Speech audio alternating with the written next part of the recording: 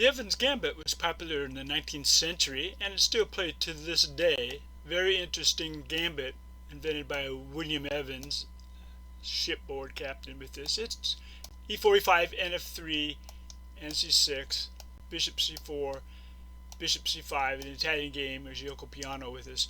Now white sacrifices the pawn with b4. So in this game we'll show a trap that white can do. It's played by Paul Morphy as white, playing in Paris 1859 against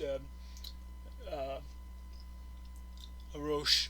So in this case with this, there's two ways you can play as black. You can decline the bishop grabbing the pawn, or you can take the pawn. And so in this case, this is the Evans Gambit accepted with this. White then plays c3 to kick back the bishop and trying to develop quickly and control the center. Now, if black retreats something like that, bishop to d6, he locks in his other pawn on d7, can't get anything out. White just pushes d4 and controls the center. So what's best is just bishop to a5, backing up that way on that diagonal on that. Now, ideas for white would be something like queen to b3, heading down here, for example, trying to take there, and usually black will play queen to f6 to hold it. Another idea is play bishop to a3, and then queen f6, and then it's a battle with this. But in this case, Paul Morphy played d4, pushing that pawn in the center, controlling the center real quick. Now, black can try to play pawn takes pawn. White cannot take back because he can't move into check. So white just continues on with castling quickly, and if the pawn takes, queen to b3, heading for f7 with the bishop. Black then plays queen f6. White can play bishop g5, attacking the queen. Queen will go to g6. White will then develop his other knight and take the pawn, knight c3. So that's one option. But in this case, black played knight f6, trying to get the knight out, quick development, and castle. So you have two choices here. You can play pawn takes pawn or knight takes pawn. So if we look at the knight takes pawn first, black continues with the castling. White can take the knight at c6. Pawn can take that knight. f3 holds the pawn on e4. White can castle, and it's a good game for white. But normally in this case, it's going to be pawn takes pawn after the e5, so now we have another choice. That knight's got to move. If it backs up, knight to g8, going back to the original square, white has queen to b3, again attacking on that diagonal and trying to hit f7. Queen can go to e7 for black. Bishop can attack the queen with bishop a3. Black can push a pawn in front. White continues to develop with knight to bd2, castling, and he's fine. So that's what we see. So the knight instead will go to g4. With this, he's attacking on his pawn, trying to get to f2, e5, for example, with this. So he's got two on this pawn. White has one. So one way of holding it is just bring the queen to d5, trying to threaten queen f7 with a mate. Black will play queen e7 to stop the mate. White will castle quickly, get the king safe. Black will take that pawn on e5, and then there's some exchanges. Knight takes knight, knight takes knight, and now queen takes that bishop on a5, and after knight takes bishop, we have queen takes at c7, slightly better for white. So that's one idea with this, if he plays the queen to d5. So if we look at the original where we had knight to g4, in this case white played bishop to g5, attacking the queen with this. So you've got to either push a pawn or protect the queen somehow. You can't move it. So if you have a move like this and you try to play knight to e7 for black, white can play h3, kicking back that knight on g5. Black can try to sacrifice. Where else is he going to go? Might as well take something if the knight's being attacked. With knight takes pawn at f2, the king's going to take. Black will try to castle kingside. Rook to e1 with this. White has a much better game with this.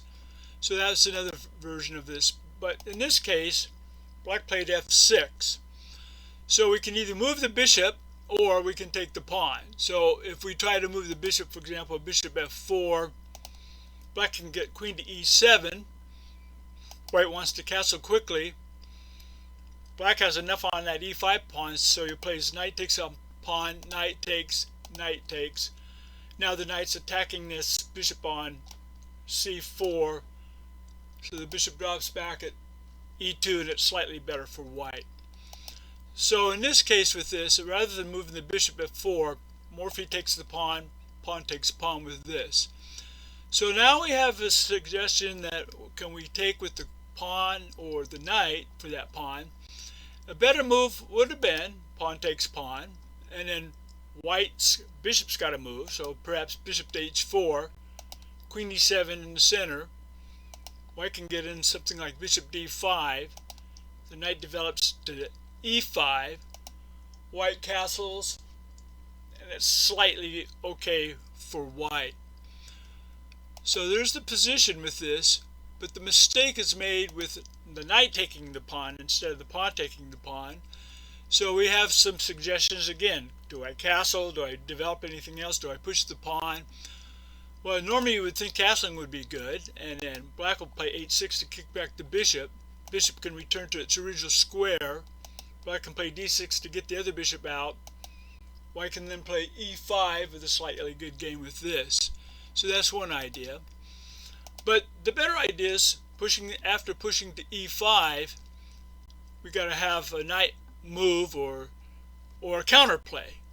So the counterplay move would be something like d5, attacking the bishop on c4. The bishop would move to b5. Black will play h6 to kick back the other bishop, but then swap out with this, something like pawn takes with that, and white has a good game with this. He could have also played d6, and in which case we grab the knight, the pawn takes a pawn, and now white just plays queen to e2 check.